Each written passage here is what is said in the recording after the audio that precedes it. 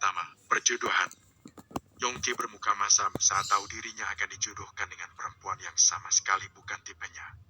Dia tampan dan sukses, ingin mendapatkan gadis seperti yang dia inginkan begitu mudah. Hanya saja kedua orang tuanya yang kolot memaksa dia menikahi Indria yang sudah yatim piatu.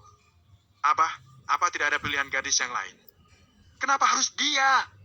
Protes Yongki menahan emosi. Lancang, memangnya kenapa dengan Indria? Dia juga sarjana sama sepertimu, bahkan dia lebih pintar darimu. Dia hafal Al-Quran dan perempuan yang solehah, jawab Ghazali tegas. Tapi aku tidak suka dengan gadis yang bercadar. Aku malu dengan teman-teman jika mereka mengejekku. Selama ini pacar aku cantik dan seksi, sedangkan dia... teriak Yongki memegang kedua kepalanya yang terasa berdenyut. Yongki, apakah kamu bangga dengan para gadis yang suka mengumbar aurat dan berlenggak-lenggok tidak punya tata krama itu?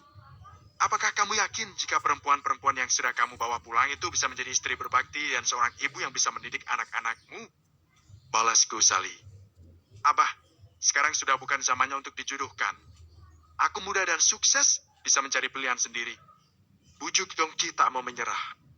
Bukan hanya sukses dunia saja yang Abah inginkan, tapi Abah mau punya menantu yang bisa merubah kamu menjadi lelaki soleh. Dan juga bisa memberikan cucu yang soleh-solehah. Jelas Ghazali. Tapi tidak harus dengan Indria kan? Bantah Yongki. Umi, jika saja dulu kamu tidak menghalangiku memasukkan Yongki ke pesantren, dia tidak akan jadi seperti ini. Lihatlah, kuliah di luar negeri dengan budaya dan pergaulan yang bebas. Aku sungguh menyesal. Aku jadi orang tua gagal sampai anakku semata wayang hanya memikirkan nafsu dunia saja. Keluh Ghazali. Fatimah hanya menunduk, tidak berani menatap suaminya yang sudah murka. Abah, jangan salahkan Umi. Memang aku yang tidak mau masuk pesantren. Bujuk Yongki kasihan pada Uminya yang menjadi sasaran. Abah tidak mau tahu, jika kamu masih menghormati Abah, maka menikahlah dengan Indria. Jika tidak mau, maka terserah ke depannya jangan menyebut Abah lagi. Ancam Ghazali masuk ke dalam kamar. Kenapa jadi begini sih? Sial sekali hidupku. Gumam Yongki duduk di kursi dengan kasar. Nak, kamu harus bisa memahami Abah kamu. Semua itu karena dia juga merasa punya utang budi pada orang tua Indria. Bujuk Fatimah. Utang budi? Memangnya utang apa? Tanya Yongki penasaran. Dulu semasa remaja, Abah kamu kuliah mengambil beasiswa di Kairo. Di sana dia masih miskin dan untuk makan saja sampai sulit. Kemudian Abah kamu bertemu dengan abahnya Indria, diajari membuat kaligrafi dan menjual bersama-sama sampai mereka berdua sukses hingga sekarang. Dan orang tua Indria meninggal dalam kecelakaan. Abah kamu berjanji pada mereka untuk menjaga Indria. Jelas Fatimah lembut. Umi, kan bisa saja mengangkat Indria menjadi anak. Tidak perlu menjodohkan aku segala. Aku tidak mau. Karena Indria adalah menantu idaman Abah kamu. Sebaiknya kamu patuh saja. Semua ini demi kebaikanmu. Daripada Abah marah dan jatuh sakit kamu sendiri yang akan menyesal. Bujuk Fatimah. Malam harinya Yongki dan kedua orang tuanya datang mengunjungi Indria untuk melamar. Saat itu walau Indria memakai cadar, tetapi dia masih bisa melihat kedua bola mata yang memerah bekas menangis. Mungkin dia masih bersedih karena kedua orang tuanya meninggal. Batin Yongki. Walau ada sedikit rasa kasihan, tetapi hatinya terus meronta. Yongki merasa hidupnya hancur, menikah dengan gadis yang tidak dicintai sama seperti siksaan baginya. Sepanjang acara Yongki hanya diam saja. Begitu juga dengan Indria yang terlihat tampak begitu pasrah. Esok harinya Yongki menemui Indria yang bekerja sebagai dosen di salah satu universitas ternama.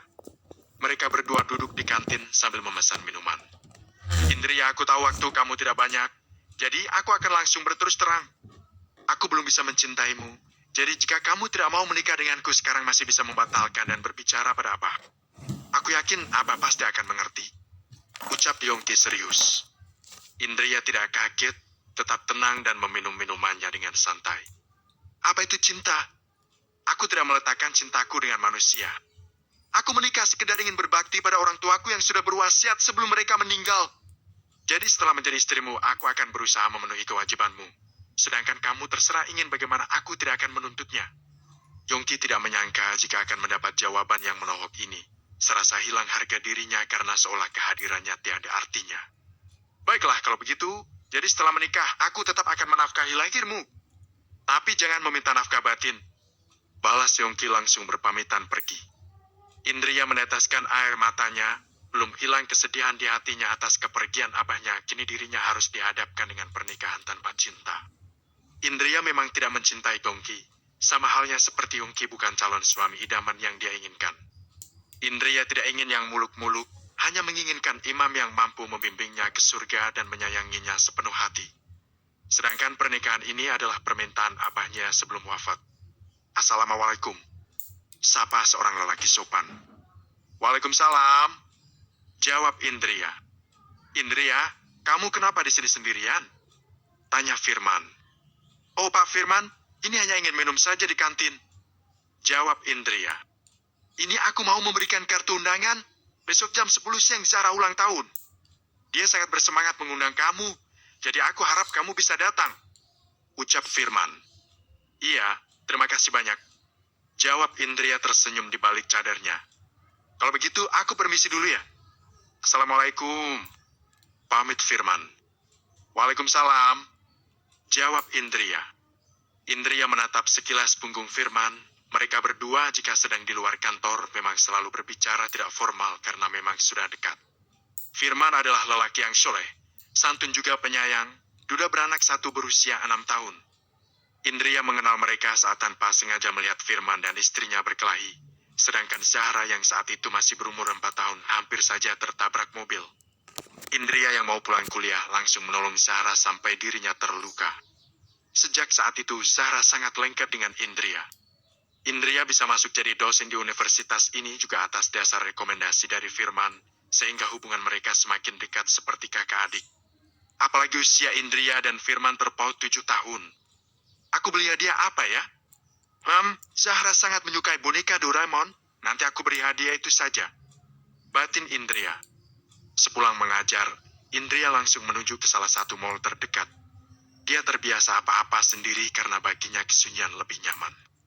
Bukan karena dia tidak ingin punya teman, tetapi memang dia tidak pandai berteman jika tidak disapa duluan.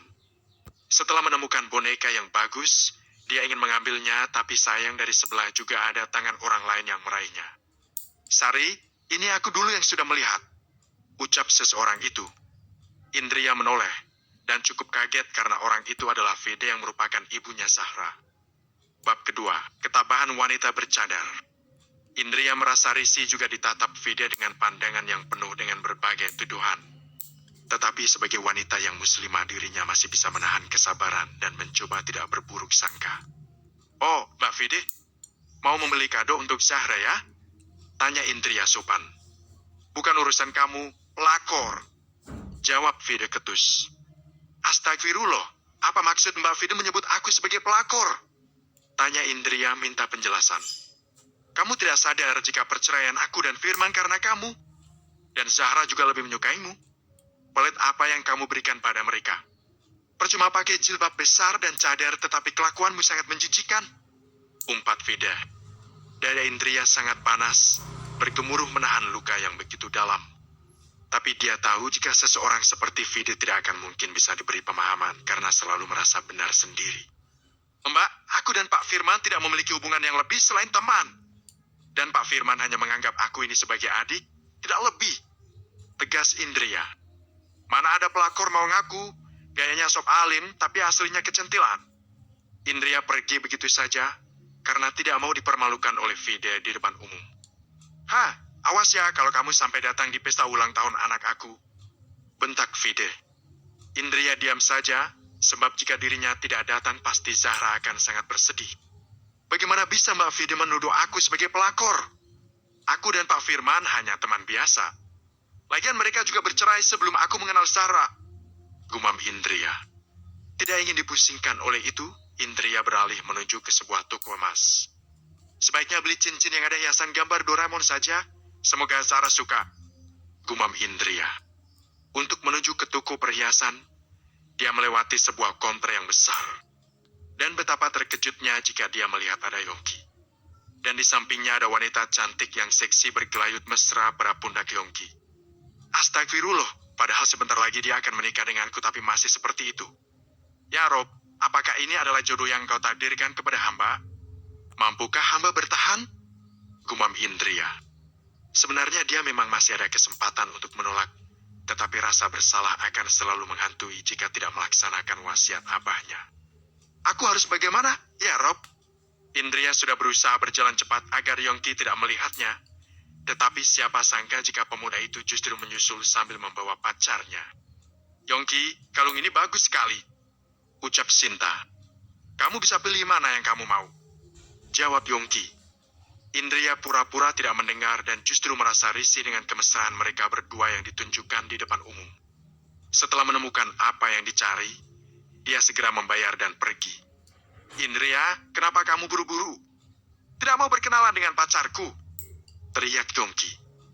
Indria berhenti, dia tidak mau seakan dirinya menjadi wanita lemah yang mudah ditindas. Ada apa, Mas Yongki? Sapa Indria santai. Aku kenalkan dulu, dia adalah Sinta pacar aku. Cantik dan menarik kan? Balas Yongki. Oh perkenalkan namaku Indria. Calon istri Mas Yongki. Sapa Indria memberanikan diri. Oh, jadi kamu ya perempuan pilihan apa? Kasihan sekali Yongki, gumam Sinta. Kalau begitu silahkan menikmati hari indah kalian. Aku permisi dulu. Assalamualaikum. Pamit Indria. Sikap Indria yang begitu santai membuat Yongki merasa kesal. Dia adalah agar Indria minder dan merasa tidak pantas menikah dengannya lalu membatalkan pernikahan. Sinta, aku kejar dia dulu ya. Pokoknya aku harus membuat dia tidak mau menikah denganku, bujuk Yongki. Sinta hanya mengangguk kemudian kembali ke konter. Sedangkan Yongki menarik tangan Indria dengan paksa agar mau berhenti. Lepaskan. Jangan sentuh aku. Pintar Indria. Kenapa? Aku calon suamimu kan? Bukannya kamu begitu ingin menikah denganku? Tantang Yongki. Aku bilang lepaskan. Aku sangat kasihan pada kedua orang tuamu karena memiliki anak sepertimu ya. Tidak tahu sopan santun. Ejek Indria. Belum jadi istri saja sudah berani. Bantah Yongki.